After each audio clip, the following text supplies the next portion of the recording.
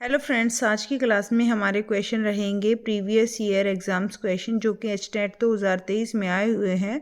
तो इनको फटाफट से रिवाइज कर लेते हैं। 15 क्वेश्चन अपने हो चुके हैं पहले वाली वीडियो में और यहाँ पर उससे नेक्स्ट करते हैं। निम्नलिखित में से कौन सा कारक, और ये हमारे सीडीपी के रहने वाले हैं, बाल विकास शिक्षा शास्त्र वाले हमारे क्वेश्चन रहेंगे आज की क्लास में। क्वेश्चन नंबर 16, निम्नलिखित में से कौन सा कारक पर्यावरणीय कारकों के अंतर्गत बच्चों के विकास को प्रभावित नहीं करता है? इनमें से कौन सा कारक बच्चों के विकास को प्रभावित नहीं करता है? तो इसमें से सीधा ही आंसर रहेगा हमारा अंतःस्रावी ग्रंथियां। जो ये अंतःस्रावी ग्रंथियां हैं ये पर्यावरणीय कारकों के अंतर्गत बच्चों के विकास को प्रभावित नहीं करती हैं। पोषण, गर्भावस्था के दौरान का मानसिक तनाव और दुर्घटनाएं, ये सारी की सारी बच्चे के विकास को बहुत प्रभावित करती हैं। क्वेश्चन नंबर 17, उपयोग का नियम एवं अनुपयोग का नियम थॉर्नडाइक के अधिगम्य सिद्धांत के अनुसार किस सीखने के नियम से संबंधित है? तो यह कौन से सीखने के नियम से संबंधित है? 17 का आंसर रहेगा अभ्यास का नियम। क्या रहेगा? अभ्यास का नियम।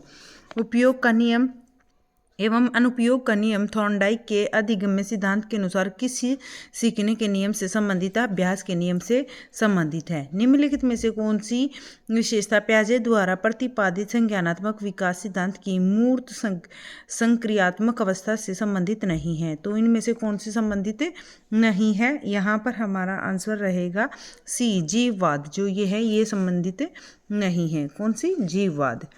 निम्नलिखित में से कौन सी विशेषता पियाजे द्वारा प्रतिपादित संज्ञानात्मक विकास सिद्धांत की मूर्त संक्रियात्मक अवस्था से संबंधित नहीं है? मूर्त संक्रिया, ये जो हमारी पियाजे की थ्योरी है, ये जो है थॉर्नडाइक की थ्योरी, ये सारी अच्छे से आप पढ़ लीजिएगा क्योंकि ये बहुत इंपॉर्टेंट है। यहाँ से क्वेश्चन आपको पेपर में ज़रूर से ज़रूर देखने को मिलेगा। यहाँ पर हमारा जीववाद रहेगा जो इसमें संबंधित नहीं है। जो इसमें इस सिद्धांत से संबंधित है तो वो सारे भी आप याद कर लीजिए। उत्क्रमणीयता और क्रमबद्धता और संरक्षण ये आएंगे। 19th क्वेश्चन है, अधिगम्य निर्योग्य बच्चों के लिए कौन सा शिक्षण सूत्र लाभप्रद नहीं होता है? तो इनमें से कौन सा लाभप्रद नहीं होता है बच्चों के लिए? तो यहाँ पर हमारा आंसर रहेगा अमूर्त से मूर्त की ओर। अमूर्त से मूर्त की ओर, वहाँ ये हमारा लाभप्रद नहीं रहेगा क्योंकि हमें मूर्त से अमूर्त की तरफ ले जाना है। अगर चीज़ें दिखाकर हम समझाएंगे तो जल्दी समझ जाएंगे, तो मूर्त पहले अमूर्त बाद में आएगा। सरल से जटिल भी ठीक है, प्रत्यक्ष से अप्रत्यक्ष भी ठीक है, ज्ञात से अज्ञात भी ठीक है। नेक्स्ट क्वेश्चन है हमारा 20 क्वेश्चन। उससे पहले वीडियो को लाइक नहीं किया तो प्लीज़ लाइक कर दीजिए और शेयर भी कर दीजिए। फटाफट से 20 क्वेश्चन देख लेते हैं। कोलबर्ग के नैतिक विकास सिद्धांत की कौन सी अवस्थाएं पारंपरिक नैतिकता के स्तर से संबंधित नहीं हैं?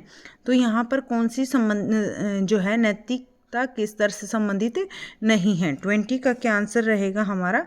यहाँ पर हमारा रहेगा सी, ए और डी आंसर रहेगा। व्यक्तिवाद एवं विनिमय और सामाजिक अनुबंधन और व्यक्तिगत अधिकार।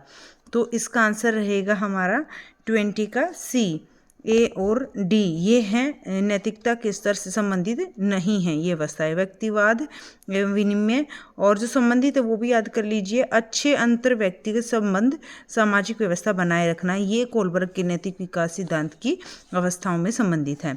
नेक्स्ट है, निम्नलिखित में से कौन सा नियम आनुवंशिकता से संबंधित नहीं है? इनमें से कौन सा नियम आनुवंशिकता से संबंधित नहीं है? प्रगति का नियम आनुवंशिकता से संबंधित नहीं है। समानता का नियम, प्रतिगमन का नियम और भिन्नता का नियम, ये सारे आनुवंशिकता से संबंधित है। निम्नलिखित में से कौन सा कारक शिक्षण अधिगम्य प्रक्रिया को प्रभावित नहीं करता है? इनमें से कौन सा कारक जो है शिक्षण अधिगम्य प्रक्रिया को प्रभावित नहीं करता है?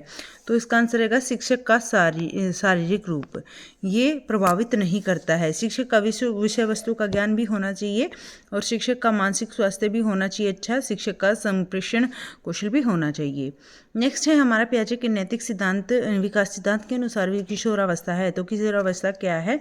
यहाँ पर आंसर रहेगा स्वायत्त नैतिकता की अवस्था। क्या है यह? किशोरावस्था स्वायत्त नैतिकता की अवस्था होती है। याद कर लीजिए, बहुत इंपॉर्टेंट क्वेश्चन है ये हमारा। 24 क्वेश्चन है हमारा, व्यक्तिक भिन्नताओं के संदर्भ में कौन सा कथन सही नहीं है? तो यहाँ पर कौन सा कथन सही नहीं है? तो व्यक्तिक भिन्नताएं केवल आनुवंशिकता का ही परिणाम है। ऐसा नहीं होता है। आनुवंशिकता ही, केवल हेरिडिटी ही रीज़न नहीं होता है, और भी अनेक रीज़न हो सकते हैं व्यक्तिगत भिन्नताओं के। नेक्स्ट है हमारा अवधान व एवं चिंतन जैसे मानसिक प्रक्रियाओं के द्वारा सीखना कहलाता है। तो यह क्या कहलाता है? इसका आंसर रहेगा संज्ञानात्मक सीखना। यह अवधान एवं चिंतन जैसी मानसिक प्रक्रियाओं के द्वारा सीखना कहलाता है संज्ञानात्मक सीखना। नेक्स्ट है, निम्नलिखित में से कौन सा प्रभावी अधिगम्य का एक सिद्धांत नहीं है? इनमें से कौन सा प्रभावी अधिगम्य का एक सिद्धांत नहीं है? तो 26 का आंसर रहेगा निष्क्रिय उपस्थिति। क्या रहेगा? निष्क्रिय उपस्थिति। ये है प्रभावी अधिगम्य का एक सिद्धांत नहीं है। अभिप्रेरणा, व्यक्तिक पहुँच और प्रतिपुष्टि, ये सारे के सारे आते हैं इस प्रभावी अधिगम्य का एक सिद्धांत के रूप में। 27 क्वेश्चन पर चलने से पहले प्लीज़ वीडियो को लाइक कर दीजिएगा और शेयर कर दीजिएगा। फिर 27 क्वेश्चन देख लेते हैं। 27 क्वेश्चन है हमारा, सतत एवं व्यापक मूल्यांकन का सही अर्थ क्या है? सतत और व्यापक मूल्यांकन का सही अर्थ है हमारा लगातार परीक्षाएं लेना, ये ठीक नहीं है। उपयुक्त अंतराल के बाद निरंतर परीक्षाएं लेना, ये ठीक है। शैक्षिक और सह शैक्षिक दोनों पक्षों का मूल्यांकन करना, ये भी ठीक है। बी और सी आएगा। केवल शैक्षिक उपलब्धि केवल नहीं आता है, लगातार भी नहीं आता है, तो यहाँ पर बी और सी हमारा ऑप्शन रहेगा। ठीक है, नेक्स्ट करते हैं हम। नेक्स्ट क्वेश्चन है, एक अधिगम्य कठिनता जो बच्चों के लिए वर्णों और शब्दों में अंतर करने में समस्या उत्पन्न करती है, तो क्या है? यह हमारी डिसलेक्सिया है। क्या है? एक अधिगम्य कठिनता, पढ़ने में कठिनता होना जो बच्चे के लिए वर्णों और शब्दों में अंतर करने में समस्या उत्पन्न करती है, तो डिसलेक्सिया आएगा। नेक्स्ट क्वेश्चन है 29। ये है स्टर्नबर्ग के त्रितंत्रीय सिद्धांत में बुद्धि के किन 3 पहलुओं पर बल दिया गया है? तो किन 3 पहलुओं पर बल दिया गया है? यहाँ पर आंसर रहेगा हमारे 29 का। क्या आंसर रहेगा 29 का हमारा? यहाँ हमारा आंसर रहेगा, देख लेते हैं, घटकीय आएगा। फिर हमारा है अनुभवजन्य, ये भी ठीक है। फिर हमारा है संक्रियात्मक और फिर है संदर्भात्मक। तो यहाँ पर हमारा 29 का आंसर रहेगा सी। ए, बी और डी आंसर रहेगा। संक्रियात्मकता इसमें नहीं आएगी। नेक्स्ट क्वेश्चन है 30, लास्ट एंड फाइनल क्वेश्चन अपनी क्लास का। पावलोव के अनुबंधन सिद्धांत में स्वाभाविक एवं कृत्रिम उद्दीपकों के मध्य अनुबंधन को कौन सा कारक धनात्मक रूप से प्रभावित नहीं करता है? तो कौन सा प्रभावित नहीं करता है? 30 का आंसर रहेगा प्रेरक की कमी।